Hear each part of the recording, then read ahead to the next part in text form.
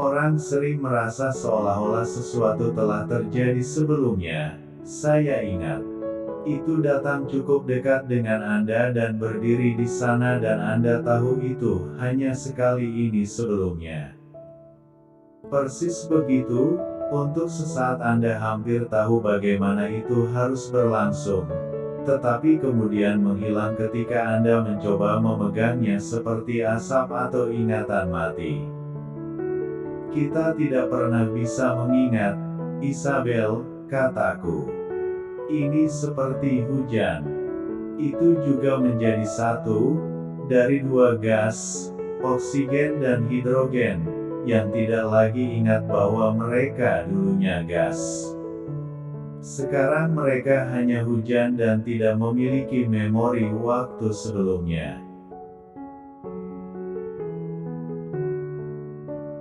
Berikan mereka semua grup yang sama dan semua gaji yang sama, dan perang akan berakhir dan selesai dalam sehari.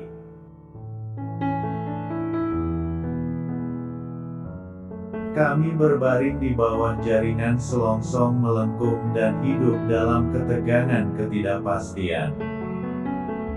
Jika tembakan datang, kita bisa menghindar, itu saja. Kita tidak tahu atau tidak dapat menentukan di mana ia akan jatuh.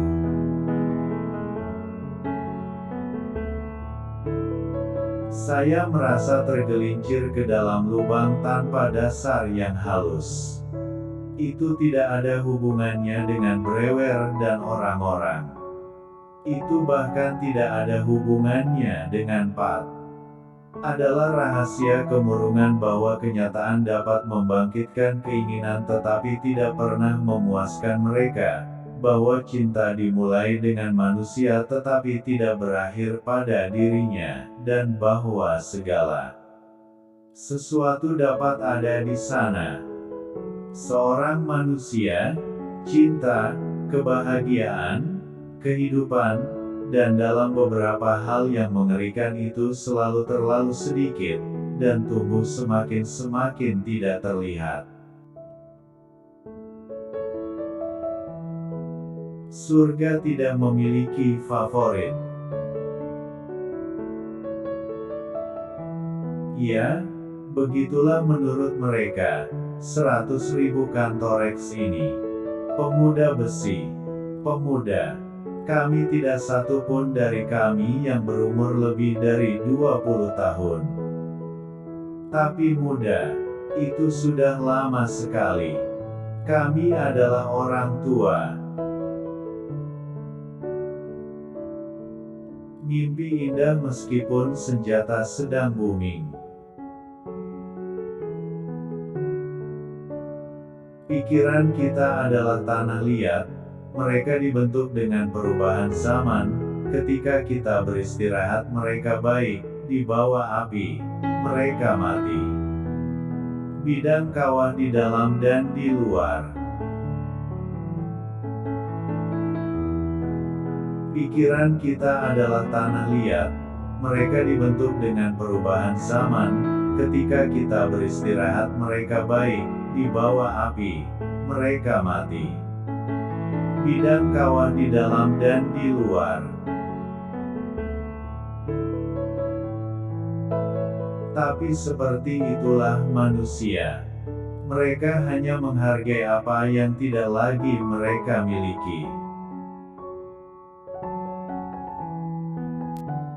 Tapi mungkin itulah cara dunia. Ketika kita akhirnya mempelajari sesuatu, kita terlalu tua untuk menerapkannya. Dan begitulah, gelombang demi gelombang, generasi demi generasi. Tidak ada yang belajar apapun dari orang lain. Keberanian adalah perhiasan paling adil bagi kaum muda. Setiap kacang kecil harus didengar dan dilihat. Bagiku bagian depan adalah pusaran air yang misterius. Meskipun aku berada di air yang masih jauh dari pusatnya, Aku merasakan pusaran-pusaran menghisapku perlahan, tak tertahankan, tak terhindarkan ke dalam dirinya sendiri.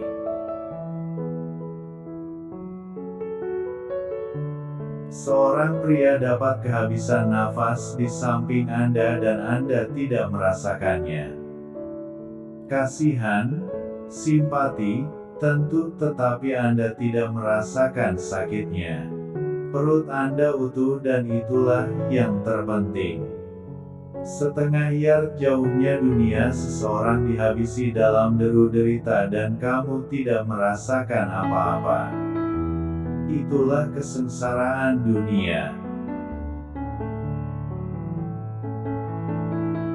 Saya merasakan cahaya lembut pertama dari keracunan yang membuat darah lebih hangat dan menyebarkan ilusi petualangan di atas ketidakpastian.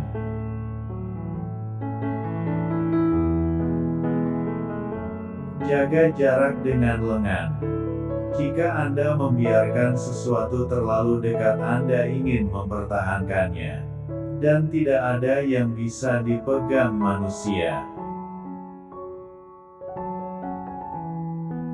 Baik atau buruk, hidup adalah hidup. Anda hanya menyadari bahwa ketika Anda harus mengambil risiko.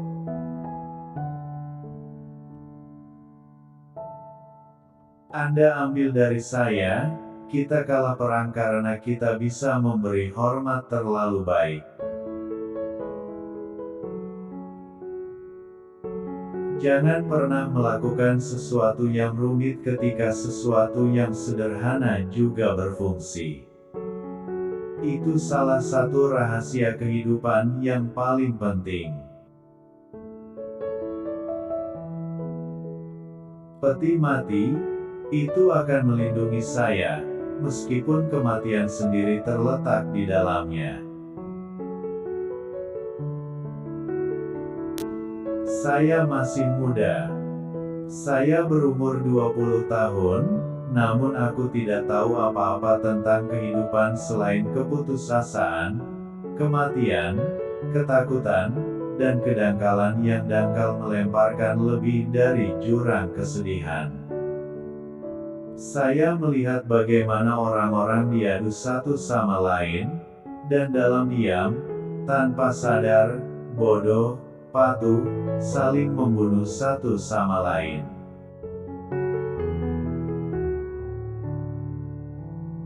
Kerumunan masih berteriak, memberi jalan di depan kami.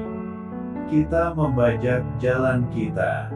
Wanita memegang celemek mereka di wajah mereka dan pergi tersandung. Raungan amarah naik. Seorang pria yang terluka sedang dibawa pergi. Pakaian terkadang memberi satu tumpangan lebih daripada kenyamanan filosofis manapun. Rafiq berbicara tentang kupu-kupu yang ditangkap di Louvre. Di pagi hari ia akan mencari bunga dan kehidupan dan madu cahaya bunga dan tidak akan menemukan mereka dan kemudian ia akan tertidur di marmer milenial.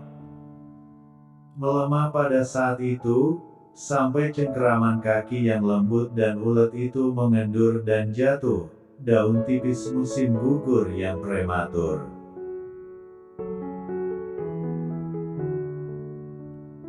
Sejenak aku memiliki intuisi aneh bahwa hanya ini.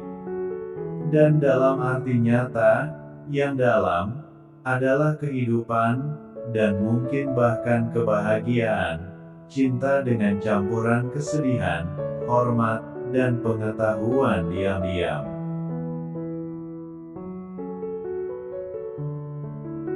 Hidup adalah penyakit, saudara, dan kematian sudah dimulai sejak lahir. Setiap napas, setiap detak jantung, adalah momen kematian, sedikit dorongan menjelang akhir.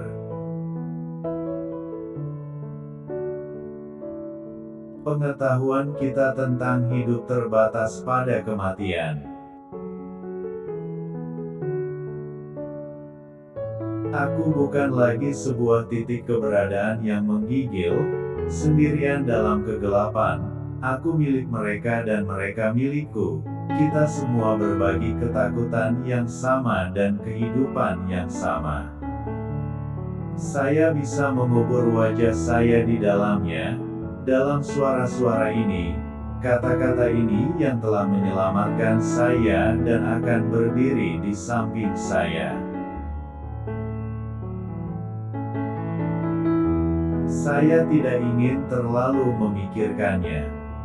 Saya ingin menganggapnya sebagai hadiah yang tak terduga dan menyenangkan, yang telah datang dan akan pergi lagi, tidak lebih.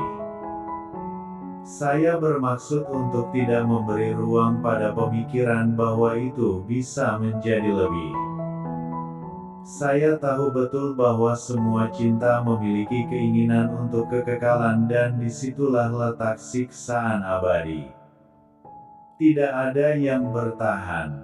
Tidak ada.